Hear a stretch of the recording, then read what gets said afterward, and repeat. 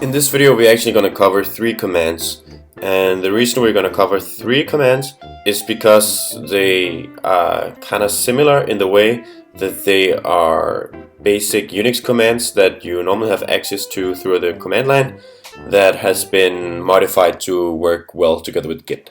And those 3 commands are git mv, git rm, and git grep. So let's just start with git mv. If you're used to working with the command line, you know that mv is short for move, and it's a command we can use to move files, and more commonly we can use it to rename files.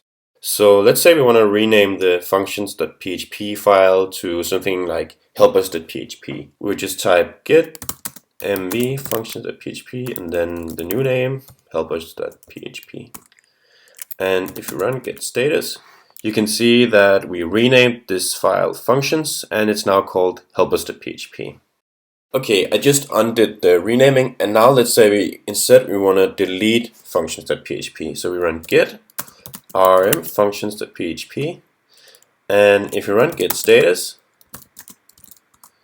you can see that we now deleted the functions.php file. And the next step would be to commit that, but we don't want to do that, so I'm just gonna revert that.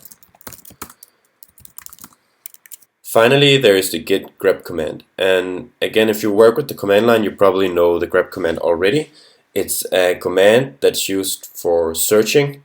You can search all kinds of stuff with the grep command. If you use the git grep version, it's integrated with Git, and as default it only searches the files that are in the Git repository. Just like normal grep, git grep is a really advanced command, and if you check out the documentation, there's a ton of stuff in there. You can use regular expressions to search and all this stuff, and we're not gonna cover that. But just the simplest way you could search is just to type git grep, and then let's say we want to find all function declarations in our repository files.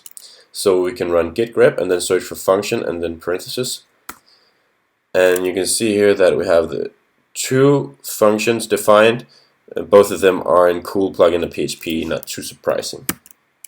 Another way you can use grep is as a parameter when you run other commands like git log, for example. So let's say we needed the commit hash for the first commit we ever made, and let's say we have 1,000 commits, so it takes a long time to go all the way through the log back to the first commit. So we just want to search for that first commit. And I remember that the first commit, my commit message included the word first, so that's just what I'm going to search for. So I'm going to run git log, and then I'm going to add a grep parameter, and I'm going to search for the word first. So let's try to run that. Yep, it found it, and we can copy the commit hash from here. So that's 2 ways you can use git grep, and when you get more advanced with all this Git stuff, you can check out the documentation and learn more about this command, because there's a lot of stuff to it, but it's probably not the command you're going to use most, especially not in the beginning. So that's all for this video. Thanks for watching.